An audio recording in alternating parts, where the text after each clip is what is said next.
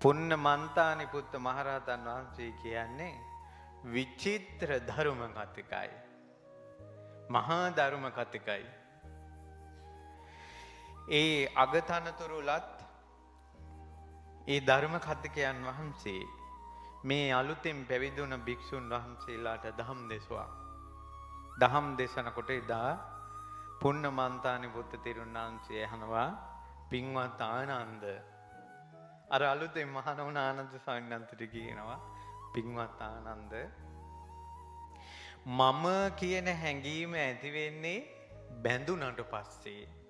බැඳුන් නැතිකොට මම කියන අදහස එන්නේ ආනන්ද කුමකට බැඳුන නිසාද මම කියන හැඟීම එන්නේ? ආනන්ද රූපයට බැඳුන නිසා, වේදනාවට බැඳුන නිසා, සංඥාවට බැඳුන නිසා, සංඛාරවලට බැඳුන නිසා. ඒ කියන්නේ මේ සතර මහා ධාතුන්ගෙන් හටගත් මේ රූපයට බැඳුන නිසා තමයි මම කියලා කෙනෙක් ගැන ඔලු හිතට එන්නේ. මම කියලා. වේදනාවට බැඳුන නිසා, සංඥාවට බැඳුන නිසා, සංඛාර චේතනාවලට බැඳුන නිසා, විඥාණයට බැඳුන නිසා. ආනන්ද කණ්ණාඩියකින් දුවෙක් හරි පුතෙක් හරි රූප මෝන බලනවා කියලා හිතන්නකෝ. ආනන්ද ඔය කණ්ණාඩියේ මෝන බලන්නේ ඒ කෙනා රූපයට බැඳුන නිසා. රූපයට බැඳින්නේ නැති කෙනෙකුට කණ්ණාඩියෙන් මූණ බලන්න අවශ්‍යතාවයක් නැහැ කිව්වා. ඒකේ තියෙනවා සේයථාපි ආවුසෝ ආනන්ද ඉත්තීවා පුරිසෝවා දහරෝ යවා මණ්ඩන ජාතිකෝ. ස්ත්‍රියක් හරි පුරුෂයෙක් හරි තරුණ ලස්සන වෙන්න කැමැති ආදාසේවා පරිසුද්ධේ පරියෝදාතේ අච්චේවා උදකපත්තේ සකම් මුඛ නිමිත්තම් පච්ච වික්කෝමානෝ උපාදාය පස්සෙය. කණ්ණාඩියකින් හරි පිරිසිදු වතුර ටිකකින් හරි මූණ බලන්නේ ඒ රූපෙට බැඳිලාමයි. බැඳිලා නැති කෙනෙක් නෙවෙයි. ආන්නේ වගේ ආනන්ද මම කියන හැඟීම අපිට එන්නේ මේ රූපයට බැඳිච්ච නිසා. වේදනාවට බැඳිච්ච නිසා, සංඛාරවලට බැඳිච්ච නිසා, විඥාණයට බැඳිච්ච නිසා. පින්වත් ආනන්ද මොකද්ද ඔබට හිතෙන්නේ? රූපය කියන එක නිට්ටය දෙයක්ද අනිත්‍ය දෙයක්ද? අනිත්‍යයි. ආනන්ද යමක් අනිත්‍ය නම් ඒක දුකයිද සැපයිද? ස්වාමීනි දුකයි. යමක් අනිත්‍ය නම් දුක නම් වෙනස් වෙනවා නම් මම මගේ ආත්මය කියලා ගන්න සුදුසුද? සුදුසු නෑ ආශ්මතුනි.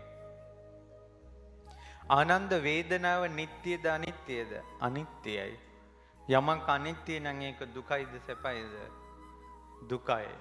යමක් අනිත්‍ය නම් දුක නම් වෙනස් වෙනවා නම් මගේ ආත්මය කියලා ඒ වේදනාව ගන්න සුදුසුද?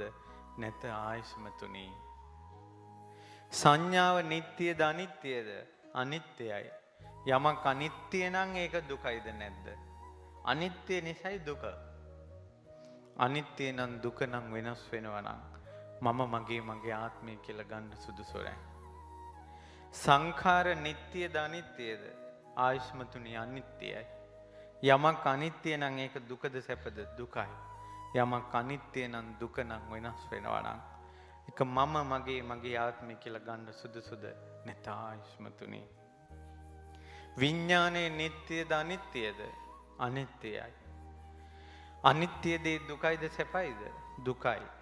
යමක් අනිත්‍ය නම් දුක නම් වෙනස් වෙනවා නම් මගේ ආත්මය කියලා ගන්න සුදුසු නෑ. තමන්ගේ වශයෙන් පවත්වන්න බෑ.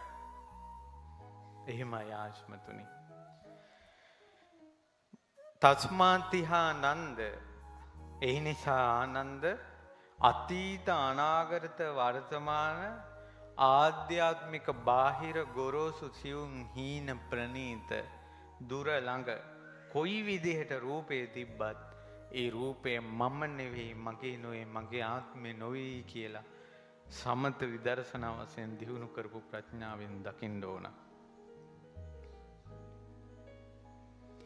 මේ 11 ආකාරයකට තියෙන වේදනා සංඥා සංකාර විඥාන මම නෙවෙයි, මගේ නොවේ, මගේ ආත්මේ නොවේ කියලා දකින්න ඕන. ඒවම් පස්සං ආනන්ද සුතවා ආර්ය ශාවකෝ, ආනන්දේනි සුතවත් ආර්ය ශ්‍රාවකයා එහෙම දකින්නකොට රූපස්මින්පි නිබ්බින්දති, රූපයට කලකිරෙනවා, වේදනාවට අවබෝධයෙන් කලකිරෙනවා, සංඥාවට සංකාරයට විඥාණයට අවබෝධයෙන් කලකිරෙනවා. නිබ්බින්දං විරජ්‍යති, අවබෝධයෙන් කලකිරුණොත් ඇලෙන්නේ නැතුව යනවා. විරාගා විමුච්ඡති, ඇලෙන්නේ නැති වුණොත් නිදහස් වෙනවා. විමුක්තස්මින් විමුක්තമിതി ඥානං හෝති, තමන්ටම ඥානයක් පහළ වෙනවා. ආනන්ද කීනා ජාති ඉපදීම ශේකලා, උසිතම් බ්‍රහ්මචර්යයන් නිවන් මාර්ගය ඉවරයි කියලා කරලා ඉවරයි. කතං කරණීය, කළ යුතු දේ කළ ඉවරයි. නාපරං ඉත්තත්ථායාති ප්‍රජානාති, ඉදිරියට කරන්න දෙයක් නැහැ කියලා. මේ බණ පද ටික සවන් වෙකිනකොට ආනන්ද මුනිදුන් සෝතාපන්න ඵලයට පත්වන. මේ බලන්නකො මේ අසිරිය කල්ප ලක්ෂයක් පෙරම් පුරාගෙන ඇවිල්ලා බුදුරජාණන් වහන්සේගේ අග්‍ර උපස්ථායකයන් වහන්සේ වෙන කෙනා, ධර්මදර භික්ෂූන් අතර අග්‍ර වෙන කෙනා සෝවාන් වුණේ බුදුරජාණන් වහන්සේගෙන් බණ අහලා නෙවෙයි. පුන්න මන්තානි පුත්ත මහරහතන් වහන්සේගෙන් බණ අහලා. බලන්නකො සසර.